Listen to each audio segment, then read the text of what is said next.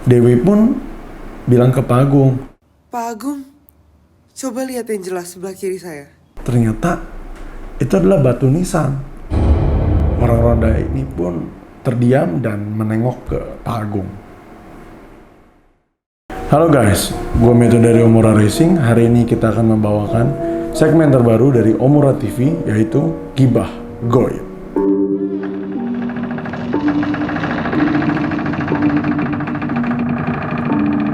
Jadi cerita hari ini akan mulai dari kota Yogyakarta. Cerita mistis-mistis yang beredar di kalangan para ojek online sudah menjadi hal yang lumrah dan bukan suatu gosip baru. Dulu sempat viral di Yogyakarta. Cerita mistis kali ini berawal dari ojol atau ojek online. Nah, ini kisah yang diangkat dari memang pengalaman-pengalaman pribadi ojol-ojol yang ada di kota Yogyakarta. Mereka mendapatkan customer yang bernama Aisyah atau yang biasa di tempat online-nya atau di aplikasi yang bernama Dewi.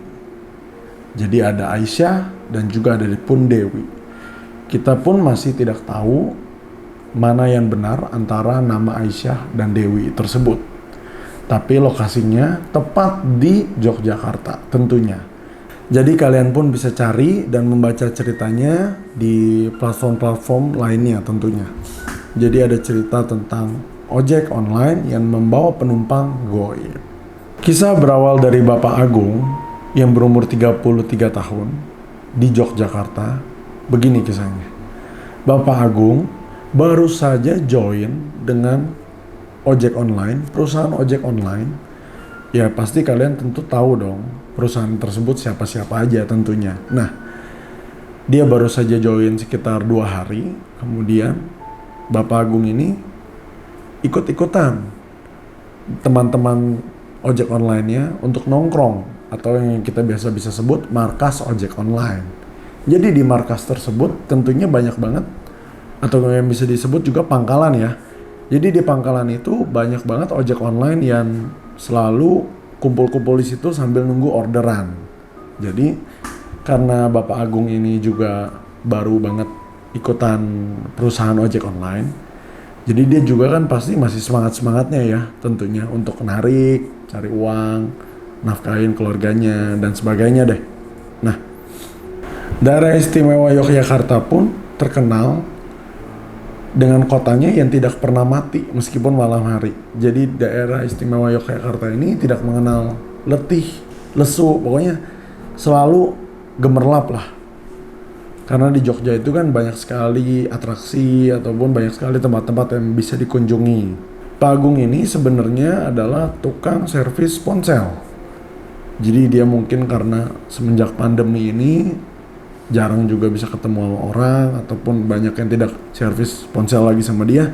Jadi mau tidak mau dia harus join dengan perusahaan ojol untuk menambah-nambahi untuk nafkah hidupnya, untuk keluarganya, untuk kebutuhan-kebutuhan sehari-hari tentunya.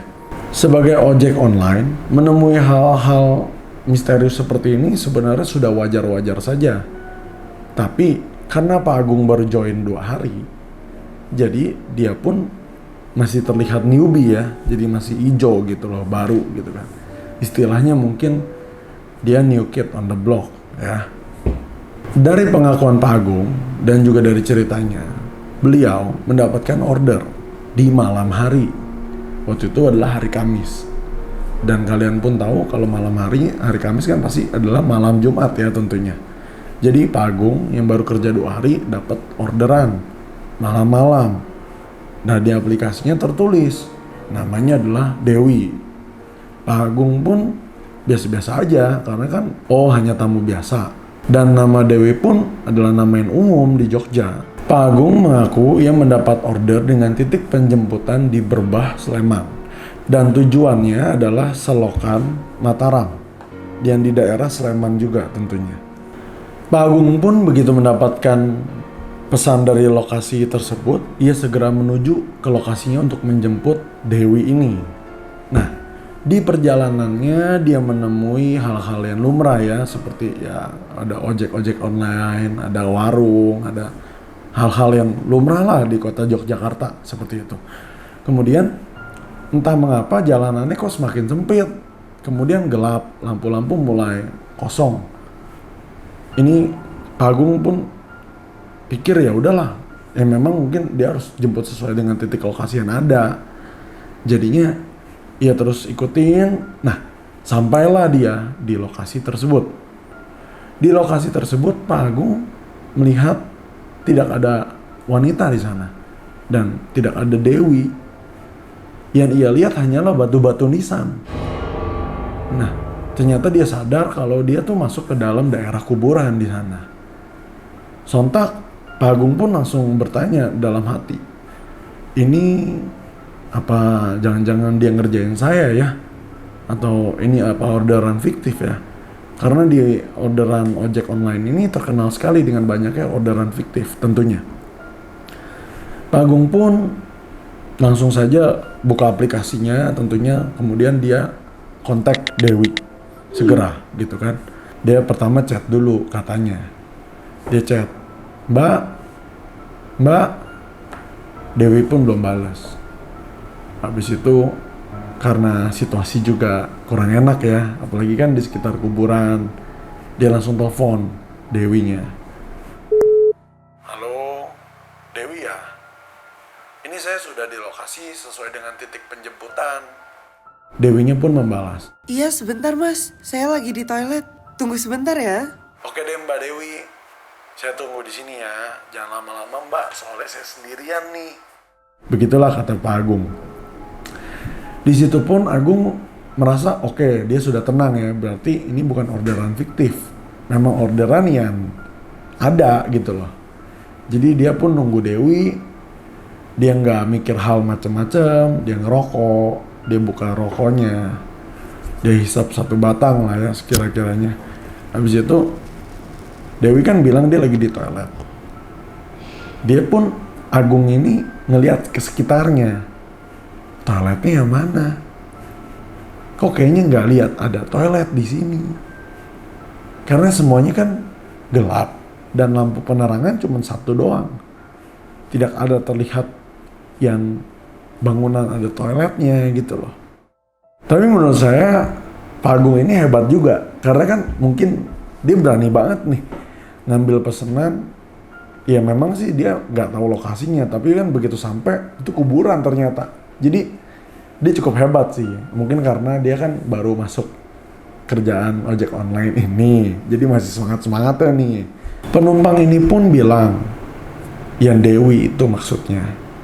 Dia bilang, Pak, boleh nggak jemput saya di depan dikit? Toiletnya jauh nih. nah cocok banget dong. Pak Agung pun merasa memang di sekitar sini juga tidak ada toilet. Memang benar berarti kalau di sini kan nggak ada toilet, Dewi berarti nggak di sini, salah nih lokasinya. Ya udah, Pak Agung pun mengiyakan Dewi karena Dewi meminta untuk pindah lokasi sedikit nih gitu. Dikasih tahu lah oleh Dewi untuk terus masuk ke dalam. Pak Agung pun sebenarnya mikir, memangnya di dalam lagi ada toilet? Kan di dalam harusnya lebih sepi ya daripada di belakang ini. Kalau mau toilet pun harusnya di jalanan besar yang ada warung, yang komplit gitu loh. Tapi karena Pak Agung juga takut ratingnya turun, karena ojek online kan berbasis rating ya, bintang.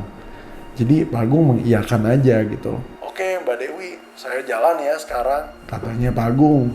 Pada malam yang gelap itu, ternyata dari kuburan tersebut jalan sampai menuju ada gang kecil. Nah, Pak Agung pun merasa lega ya tentunya. Oh iya, berarti ini bener nih, ada di gang. Karena kalau udah ketemu gang kan pasti ada jalanan. Di situ kan pasti ada tempat orang-orang lah ya, nggak terlalu sepi seperti penjemputan pertama di lokasinya. Setelah Pak Agung mengiyakan Dewi, ia pun langsung mematikan rokoknya yang belum saja habis. Kemudian ia menstarter motor tuanya. Di perjalanan, kemudian dia lihat di sana ada gang. Wah, Ini berarti kalau ada gang kan bener ya, sesuai dengan lokasi apa yang Dewi minta.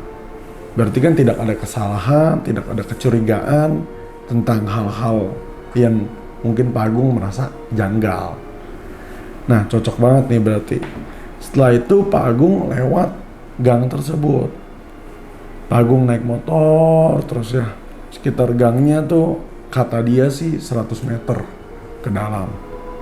Dan dia lihat ada rumah-rumah di sana. Pak Agung lewat. Setelah melewati gang tersebut, ada satu rumah di sana.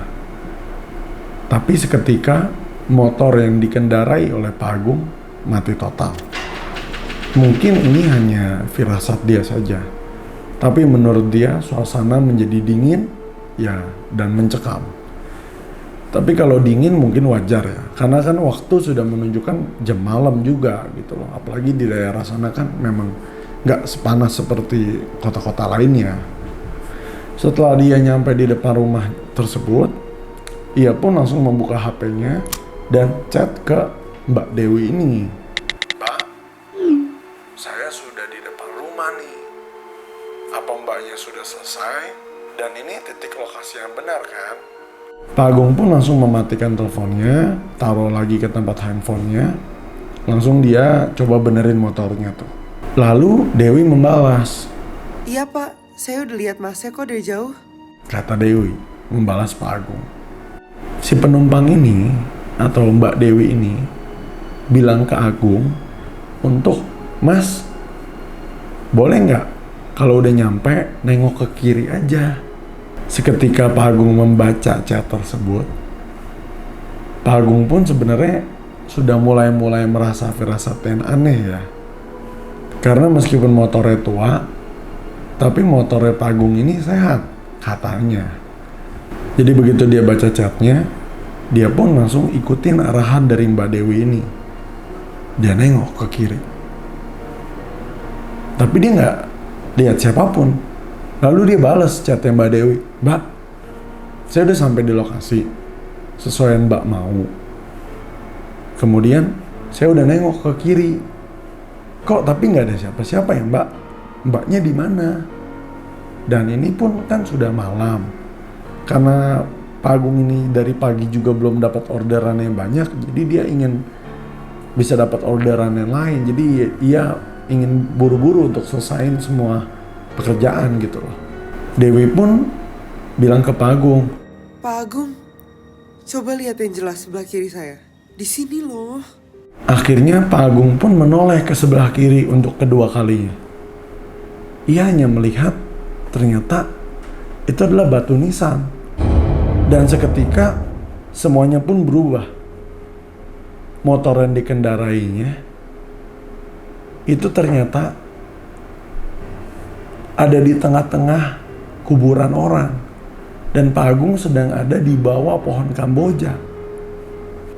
Jadi jalanan buntu tersebut adalah pohon. Dia menoleh ke kanan, ke kiri.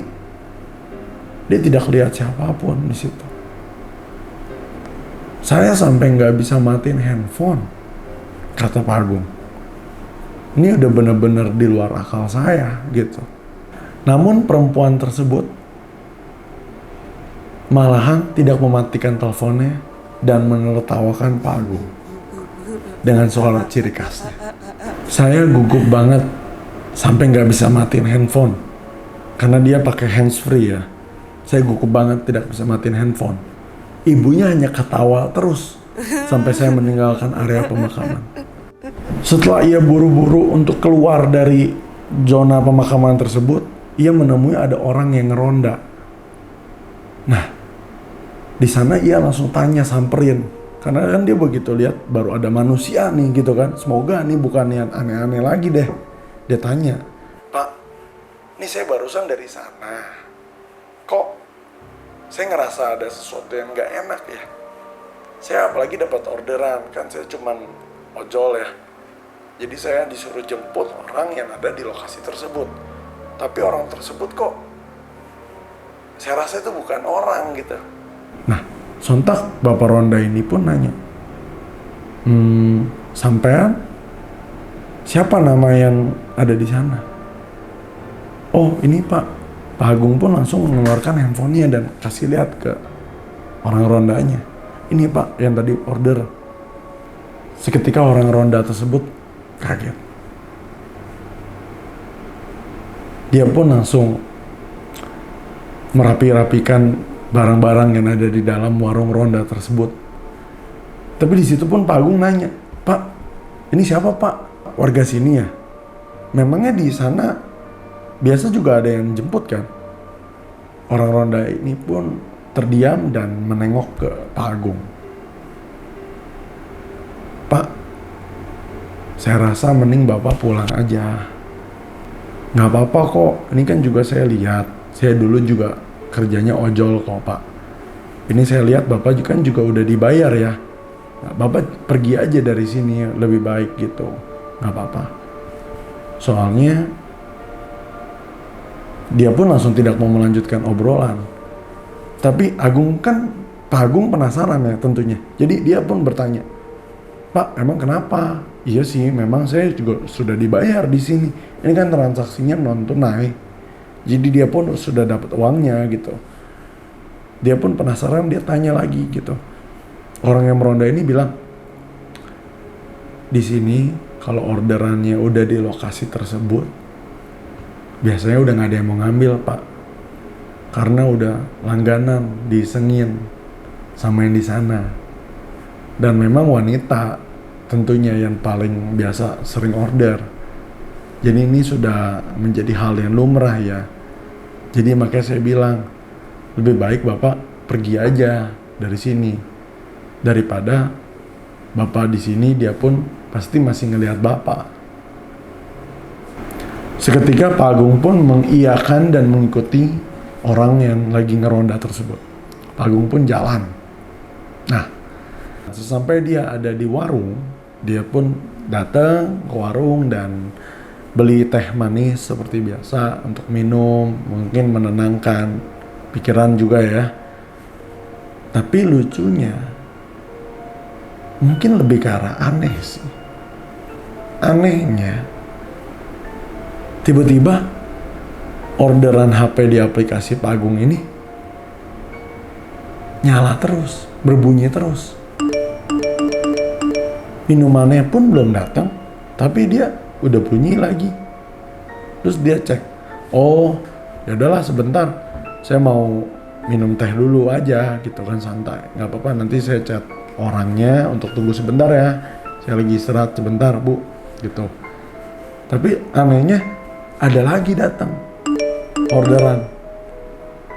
Jadi sebenarnya dia merasa kalau orderan dari seorang yang bernama Dewi ini juga membawa berkah buat dia. Tapi memang kita tidak boleh mengiyakan dan mempercayai hal tersebut ya. Apalagi banyak banget orang yang memberikan uang tips setelah dia menyelesaikan orderan. Jadi dia pun merasa ini membawa berkah. Waktu itu dia ingat betul, waktu itu dia ada long trip. Long trip adalah trip yang panjang, jaraknya jauh, dan juga ada short trip. Jadi Pak Agung merasa ia mendapatkan banyak sekali orderan, long atau short trip. Jadi dia pun yang paling ingat dan paling berkesan adalah dia mendapatkan uang tips sebesar 200.000, dan dia pun mendapatkan orderan sampai ke daerah Klaten. Nah, begitulah cerita dari Pak Agung tersebut. Ada yang bilang ketemu atau disengi oleh makhluk halus itu pun bisa membuat rezeki nomplok. Percaya atau tidak, fakta atau mitos, Anda yang mengalaminya. Sekian dari cerita Pak Agung di daerah Yogyakarta. Untuk teman-teman yang mendengarkan cerita ini atau punya pengalaman menarik tentang ojol dan cerita-cerita lainnya, atau mungkin yang pernah ketemu dengan Mbak Dewi ini, boleh langsung komen di bawah ataupun langsung nanti kita akan bacakan di next episode. Thank you udah nonton dan juga udah dengerin cerita dari gua Matthew. Jangan lupa share, like, dan subscribe. Thank you for watching. Bye.